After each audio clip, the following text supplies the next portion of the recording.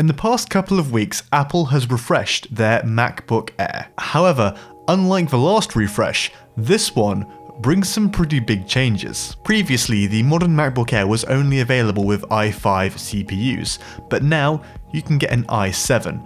Now this isn't entirely unique because the old version of the MacBook Air that did have an option for an i7, but what makes this very special is that this is a quad-core i7, not a dual-core one, and this is the first time a MacBook Air has ever had a quad-core processor. Now with this new updated processor, there's also a new updated graphics processing unit. So the i7 that you can get, and I think the i5 too, come with the Intel Iris Plus graphics. This is not as good as a discrete graphics card, but it's still much better than what you had in the last generation MacBook Air. The bump up in power on the CPU and GPU were a very welcome addition for anyone that wants to do some video editing, because the old MacBook Air, that was powerful enough, and by old one I mean last year, not the really old one, that was capable of doing some video editing, but these, doubling the number of cores in the CPU and the increased graphics processing, this could make the MacBook Air, the 2020 version,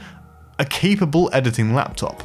It's also got the updated keyboard that the 16-inch MacBook Pro gets, and amazingly for an Apple product, it's cheaper. I mean, it's not cheap, but you can get a MacBook Air for less than £1,000. Of course, the moment you go anywhere near any of the upgrades, the price goes above £1,000, but you're still getting much better value for money with this generation than you were last year. Now of course, this is nowhere near the power of a 16-inch MacBook Pro, but then again, if you want a laptop, you want a small and portable editing computer, and the 2020 MacBook Air is really good at that because it's still a really thin, really light laptop, much smaller than the 16-inch MacBook Pro. Again, compared to the 16-inch MacBook Pro, the lower powered specs do give a better battery life, and this is important if you want to do editing on the go, where you can't plug your laptop in anytime it gets low on battery. Like the previous two generations, the 2020 MacBook Air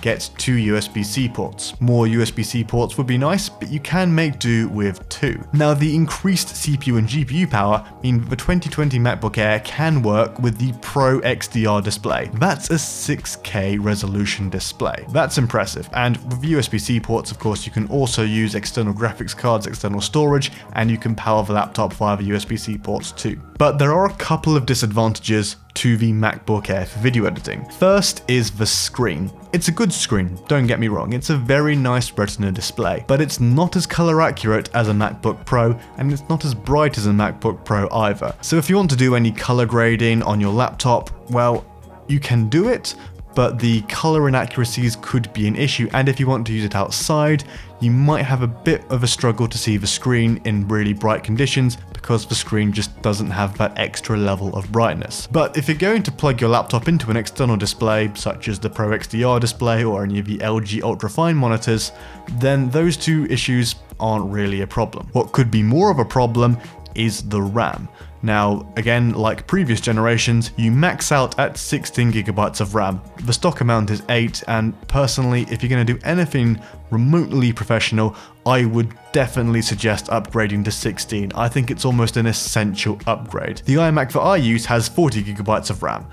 Admittedly, sometimes I do open rather a lot of programs, such as 2 text editors, DaVinci Resolve Blender, a couple of Safari windows, each with several tabs, and yeah, that will lead up through 40GB of RAM, but if I close down all of the applications, I don't have any issues with running out of RAM on my iMac. With 16GB of RAM, you could run into some problems if you want to edit at RAW with resolutions higher than 4K, or if you want to do some intensive VFX or CGI work. And this is one of the disadvantages of having a integrated graphics in a laptop. The graphics needs memory, and as it doesn't have its own memory like a discrete graphics card would, it's going to have to pull some from the system RAM, usually around 1.5GB. So automatically you're now down to 14.5GB of usable RAM after the GPU has taken a chunk for its processing. And the final disadvantage, as with a lot of Apple products, is price.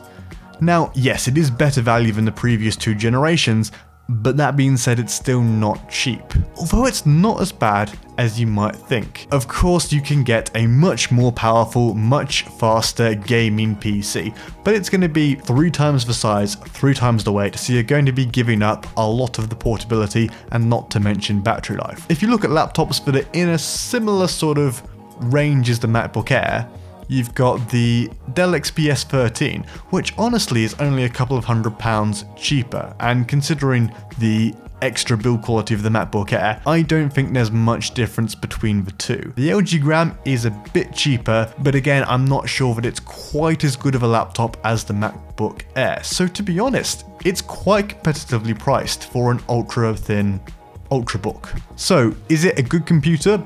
Yes, it is, especially if you have a main computer such as an iMac, Mac Pro, or a Mac Mini, and you just need something for when you're on the go.